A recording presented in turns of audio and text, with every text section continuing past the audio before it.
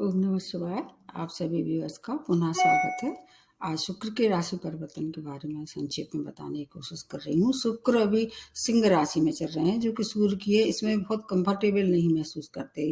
ये जो परिवर्तन होने वाला है, ये 24 सितंबर से लेके 18 अक्टूबर तक रहने वाला है। ये शॉर्ट पीरियड है, लेकिन इसलिए बताना आवश्यक हो जाता है कि शुक्र एक ऐसे ग्रह हैं जो मतलब आपके जीवन के आकर्षण, आपके लग्जरियस लाइफ, आपका वैवाहिक जीवन और बहुत सी संपन्नता, इन सब चीज़ों के लिए उत्तरदायित्व मतलब रखते हैं ये। इसलिए अगर छोटा सा परिवर्तन आपके लिए कहीं सुखदायी होता है, उसका लाभ आप ले लें, और कहीं अगर कोई परेशानी आने वाली है तो उससे थोड़ा आप स्वयं बचाव कर सकते हैं।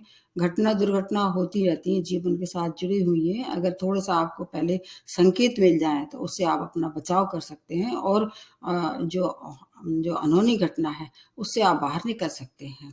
इसमें क्या है, ये बुध की राशि है और बुध अपनी ही राशि में चल रहे हैं। तो बुध जो अपनी भद्र नामक जो पंच महापुरुष है, उसके वजह से इनकी निष्ठा भी भंग हो रही है और सूर्य भी इनके साथ हैं।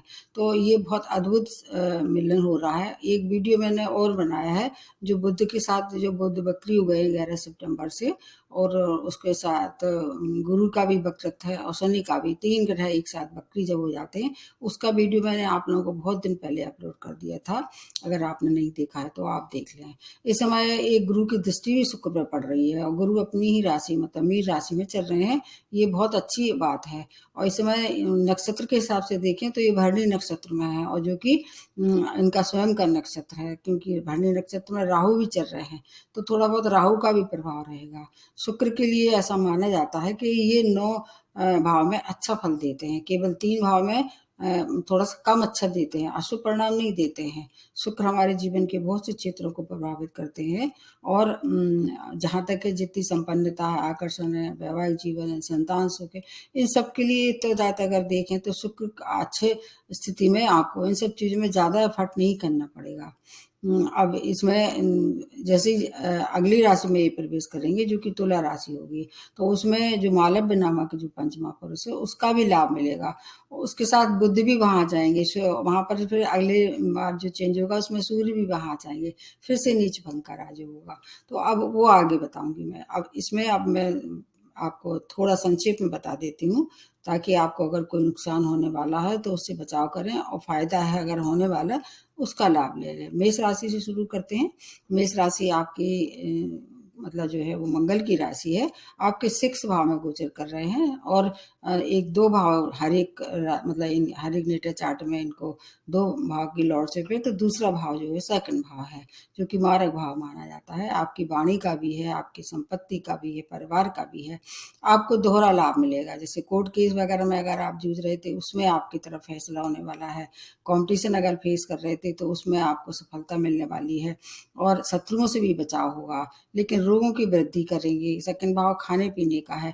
आपको खाने पीने पे बहुत कंट्रोल रखना पड़ेगा, नहीं तो जैसे अगर शुगर जैसे परेशानी, शुगर जैसे रोगों से परेशान थे, तो उसमें वृद्धि दिखाई दे रही है। हार्मोनल कोई प्रॉब्लम थी, जेनेटिक कोई प्रॉब्लम थी, उसमें वृद्धि हो सकती है। तो आप खाने पीने पे कंट्रोल करेंगे तो हेल्थ आपके काबू में रहेगी। और एक बात आपके लिए और कही जाती है, आप किसी को पैसे उधार ना दें, और किसी से भी भूल के भी बात विवाद ना करें, क्योंकि वाणी है, इधर 6 भाव है। तो ये भाव जो है वो आपको वाणी, अगर आपने किसी से कटु बोली तो फिर आपको हो सकता है कोर्ट केस तक घसीट के ले जाएं। इसलिए आपको ये इसका फायदा मिलेगा। बाकी विदेश गमन अगर करना चाह रहे थे, आप कोशिश कर रहे थे, आप कोशिश कीजिए, आपको सफलता मिलने वाली है। आपके लिए भी ये मिला जुला रहने वाला है, क्योंकि मंगल से इनकी मित्रता नहीं है। बाकी और अगर वीडियो और देखेंगे तो उससे कुछ चीज़ों का आपको फायदा होगा। इसमें केवल मैं शुक्र के बारे में बता रही हूँ। दूसरी जो राशि बनती है वो है वृषभ राशि। स्वामी राशि शुक्र है, और आपके 5th भाव में गोचर कर रहे हैं, और आपके लग्न की लॉर्डशिप है। आपके लिए तो मतलब स्वयं की अपनी ही राशि, मतलब देखा जाए तो वृष राशि इनकी ही राशि है।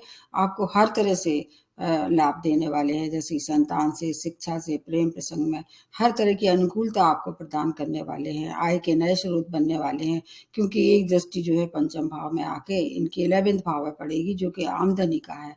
पुराने जो कोई रुका हुआ पैसा था मिलने वाला है।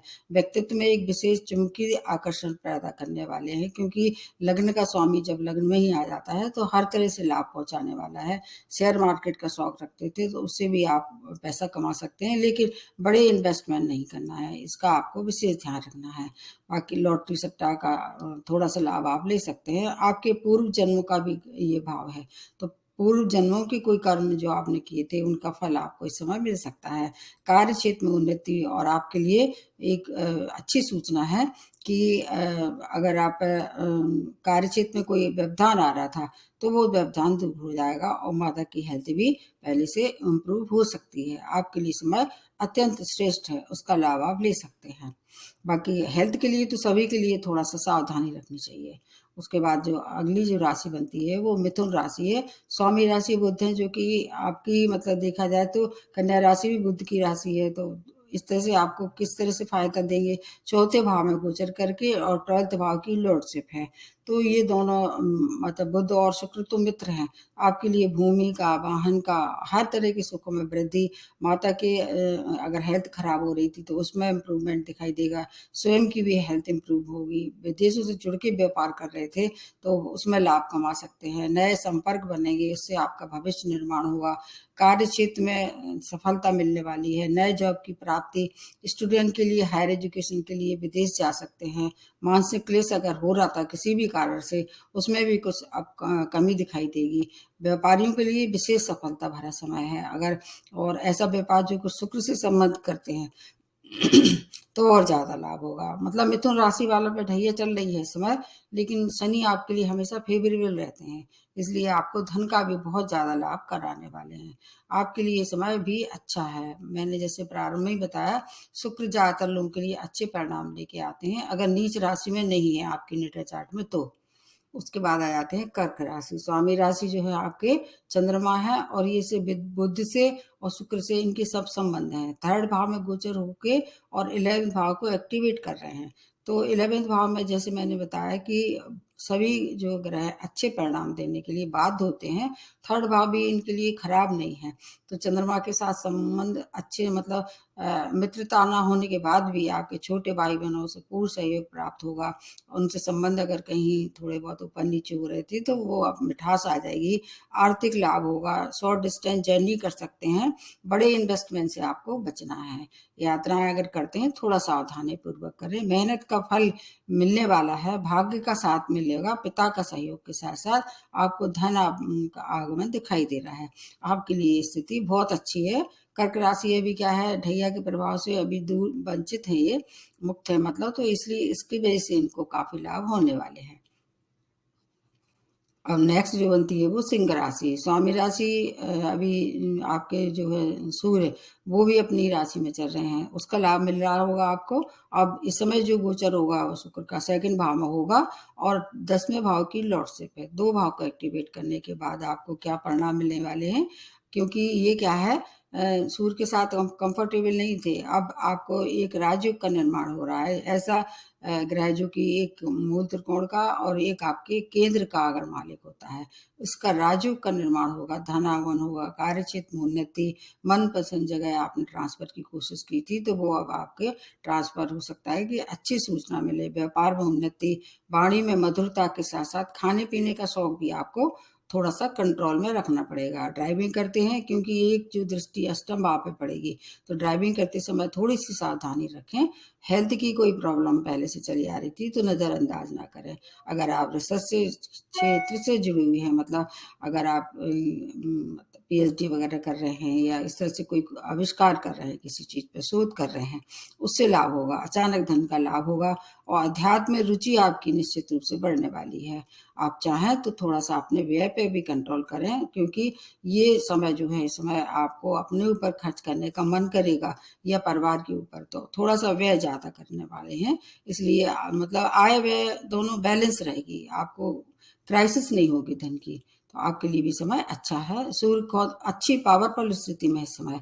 अगला जो परिवर्तन सूर्य का होगा वो भी अच्छा रहने वाला है, इसलिए सूर्य का पूरा सहयोग आपको मिलने वाला है। उनका शुभ परिणाम आपको जितना हो सके उसका लाभ लेते रहिए। उसके बाद नेक्स्ट जो बनती है कन्या राशि। अब कन्या राशि में ही ये आ रहे हैं, तो आपके मतलब लग्न को और आपके नाइन्थ भाव को, मतलब भाग्य से हैं, आपके लगने से हैं। इससे अच्छा मौका क्या हो सकता है? व्यक्तित्व में एक बहुत अद्भुत आकर्षण हो जाएगा। निर्णय क्षमता कैसी हो जाएगी? बहुत प्रखर हो जाएगी। आपकी बचत अगर नहीं हो पा रही थी तो बचत भी होना शुरू हो जाएगी। अगर आप प्रेम प्रसंग में थे तो अब आपका विवाह में, मतलब प्रेम विवाह के लिए आपके लिए समय बहुत अच्छा है। अगर विवाह संबंध कुछ कहीं से पहले से उनमें खटास आ रही थी तो वो उसमें मधुरता आ जाएगी। और व्यापार हैं, अगर व्यापारी हैं तो व्यापार में अपार सफलता के साथ धन का बहुत अच्छा आपका आगमन दिखाई दे रहा है। एक्सपोर्ट इंपोर्ट के व्यापारी हैं, और ज़्यादा धन कमाने वाले हैं। दूर की यात्राएं धार्मिक हो सकती हैं या विदेशी यात्राएं। व्यापार में अगर आप पार्टनरशिप से बच रहे थे अब तक, आप समय है और उसमें पार्टनरशिप में आप कूद सकते हैं। बाकी अगर आप शुक्र से संबंधित कोई व्यापार कर रहे हैं तो और दोगुना फायदा होगा, मतलब आपके लिए भी पौ आ रहा है। इस तरह से आप चाहें तो इसका लाभ आप ले सकते हैं। अभी क्या है, आप अभी 7:30, सॉरी, ये न ढैया है न 7:30 है, इसका लाभ आपको मिल सकता है। क्योंकि इसके बाद जो है वो फिर जब ये बदलेंगे अपनी राशि, फिर उतना फायदा आपको नहीं मिलेगा। उसके बाद नेक्स्ट जो बनती है तुला राशि। स्वामी राशि शुक्र है, और ये शुक्र की बारे में बता रही हूँ, तो 12th भाव में गोचर कर रहे हैं, जो कि वैसे तो और ग्रहों के लिए देखा जाए 12th भाव अच्छा नहीं है, लेकिन शुक्र के लिए ऐसा माना जाता है सबसे अच्छा परिणाम देते हैं 12th भाव में, क्योंकि ये इनका ही भाव है और इधर अष्टम भाव की लॉर्डशिप है। ये थोड़ी सी परेशानी भरा समय हो सकता है। दूर की यात्राएं हो सके तो अवॉइड करें। अगर जाना ही पड़े तो थोड़ा सावधानी पूर्वक रहें। और अनिद्रा के शिकार आप हो सकते हैं। आप कोर्ट केस में अगर आप फंसे हुए हैं तो आपके पक्ष में निर्णय होने वाला है। शत्रु परास्त होंगे। और कार्य क्षेत्र में प्रमोशन, इंक्रीमेंट अगर आपका ड्यू था तो वो हो सकता है। अगर ऋण के लिए अप्लाई किया था तो उसमें आपके हो सकता है आपको अप्रूवमेंट मिल जाए। बाकी हेल्थ इम्प्रूवमेंट दिखाई दे रहा है। प्रतियोगिता में अगर पार्टिसिपेट करे थे, कोई भी कंपटीशन है, चाहे आपका सर्विस से या आप कोई मतलब स्टूडेंट है, तो सफलता आपको मिलने वाली है। प्रेम प्रसंग में आपके लिए अगर रिश्ते अगर कुछ ऐसे थे तो उसमें आपके लिए अच्छी सूचना है। मतलब आपके लिए भी बहुत ही अच्छा समय है ये तुला राशि वालों के लिए, क्योंकि स्वामी राशि है। और ये अष्टम भाव से अगर थोड़ा सा ध्यान रखें, तो जैसे ड्राइविंग करते हैं तो वहां थोड़ी सी आपको सावधानी रखें। ससुराल पक्ष से कुछ परेशानी का सामना करना पड़ेगा। अब अगली जो राशि बनती है वृश्चिक राशि। स्वामी राशि मंगल है, और ये जो शुक्र का गोचर है 11वें भाव में हो रहा है, और सप्तम भाव की लॉर्डशिप है। 11वें भाव में हर एक ग्रह अच्छे फल देता है, और सप्तम भाव वैसे देखा कालपुरुष की कुंडली से तो भी इनका ही भाव है, इसलिए दोनों ही भाव अच्छे हैं। आय के नए नए स्रोत, घर में बहुत अच्छा माहौल रहेगा, प्रसन्नता भरा समय रहेगा। वैवाहिक संबंधों में मधुरता, अविवाहित थे तो विवाह संपन्न हो सकता है। समाज में मान प्रतिष्ठा की वृद्धि होगी। नए संपर्कों से भविष्य का निर्माण होगा। संतान की उन्नति, संतान की प्राप्ति, और उनकी कोई समस्या थी उसका समाधान मिलेगा। शेयर मार्केट से अगर आप चाहें तो इस समय इन्वेस्टमेंट कर सकते हैं और उससे धन कमा सकते हैं। अगर आप प्रेम में थे तो आप विवाह के लिए प्रपोजल दे सकते हैं, या नए प्रपोजल वैवाहिक संबंध अगर मतलब सेकंड मैरिज खास तौर से करना चाह रहे थे, उसके लिए समय अच्छा है। क्योंकि जो आपका और चीज़ें हैं, जैसे कि अभी 7:30 से, सॉरी, ढैया से आप मुक्त हैं, इसलिए आप जनवरी तक का इसका लाभ आप ले सकते हैं। उसके बाद आ जाते हैं धनु राशि। स्वामी राशि बृहस्पति है, और ये जो गोचर 10वें भाव में हो रहा है और 6 भाव की लॉर्डशिप है। तो बृहस्पति और शुक्र वैसे तो मित्र नहीं है, लेकिन और ग्रह को देखते हुए आपको बहुत सारे फायदे कराने वाले हैं। कार्य क्षेत्र में आपको वाद विवाद से बचना है। भूमि वाहन का सुख तो आपको पूर्ण रूप मिलेगा। इंटरव्यू वगैरह अगर फेस कर रहे थे तो आपको नौकरी मिलने वाली है। इंटरव्यू आपके सक्सेसफुल आपको उसमें होने वाले हैं।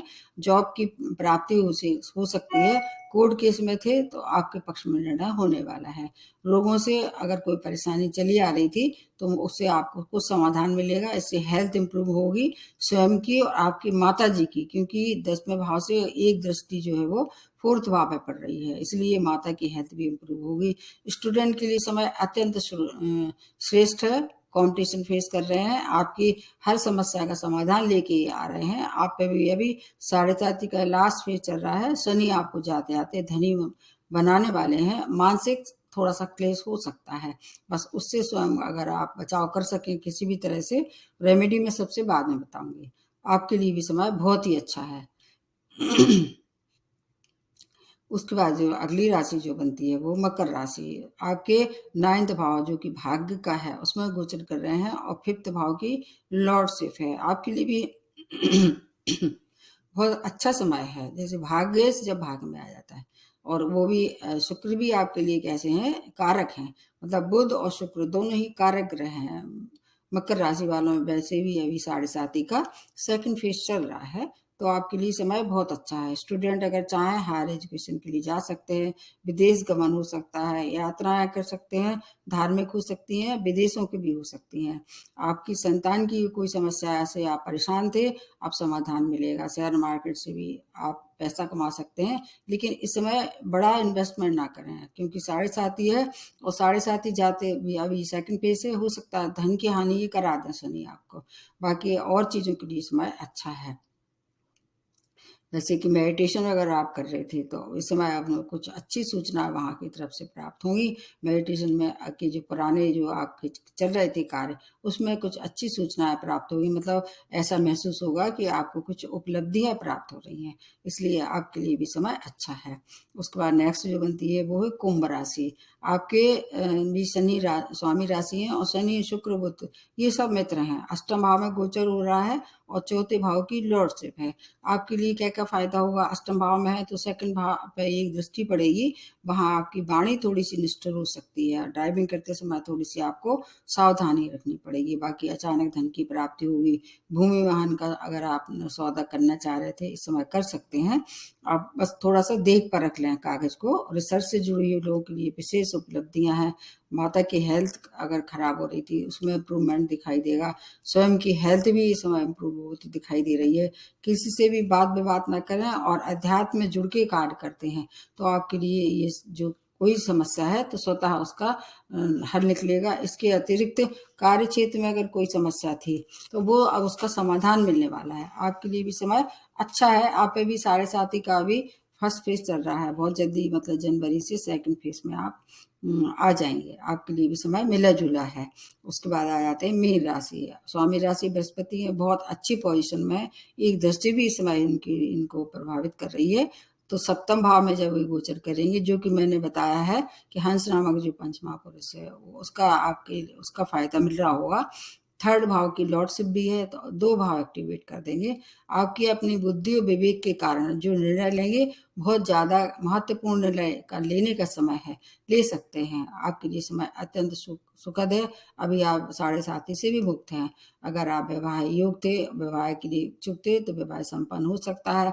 नए संपर्क बनेंगे। वैवाहिक जीवन में अगर कोई एडजस्टमेंट की कमी थी, तो वो कमी भी दूर हो जाएगी। व्यापार में विस्तार कर सकते हैं।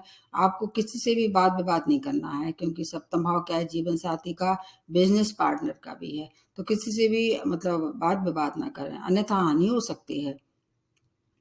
आपके एक लीडरशिप की भावना बहुत प्रबल होगी। मतलब किसी पे भी आप अपनी बात थोपने की प्रयास करेंगे, उस प्रयास से आपको बचना है। बाकी अगर ये सब चीज़ों से आपको स्वयं बचाव कर पाएँ तो आर्थिक लाभ भी बहुत होगा, पैसा भी बहुत कमाएँगे। आपके लिए भी समय बहुत अच्छा है, इस समय इसका लाभ आप ले सकते हैं। मतलब आपकी जो व्यक्तित्व है बहुत ज़्यादा आकर्षक हो जाएगा और उसके बलबूते पे आप अपना जो प्रभुत्व है, जो आपके इम्प्रेशन है, पूरे समाज पे, आपके परिवार पे, आपके जो आस-पास रहने वाले हैं, उससे प्रभावित करेंगे। मीन राशि वालों के लिए समय अत्यंत श्रेष्ठ है, उसका लाभ आप ले सकते हैं। अब इसके बाद आ जाते हैं रेमेडी। जैसे कि मैंने बताया जो 7.5 ढैया वाले हैं, शनि के जो रेमेडी कर रहे थे, वैसे ही करते रहे हैं।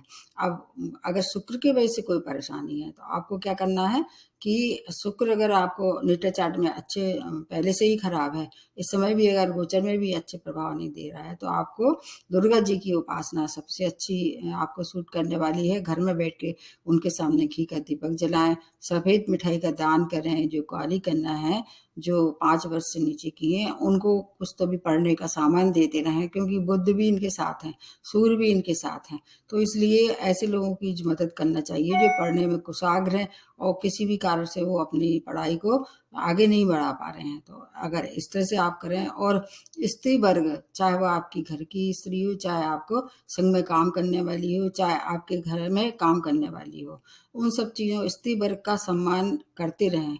भूल के भी उनका अनादर ना करें, अन्यथा आपको फिर कोई भी आपको बचा नहीं पाएगा। ये ग्रह क्या है, हर किसी से इनका कहीं न कहीं संबंध लिंक रहता है। और जैसे कि अगर साढ़े साती है, ढैया है, तो आप अपने हर शनिवार को दान कर सकते हैं, बड़े बुजुर्गों का सम्मान करें और हनुमान जी की शरण में जाएँ। हर तरह से आपको परेशानी से इनका आपका बचाव होगा। तो देख लीजिए, मैंने जो पिछले वीडियो बनाए हैं, उनको आप एक बार ज़रूर देखते रहें, क्योंकि वो लंबे समय तक होने वाले परिवर्तन हैं, उनका लाभ आपको मिलना ही चाहिए। मेरी ऐसी शुभेच्छा है, आशा है। आप मेरे को कोऑपरेट करते रहिए और आप समय-समय से मैं आपको नई-नई जानकारी देती रहूँगी। नमस्ते और धन्यवाद।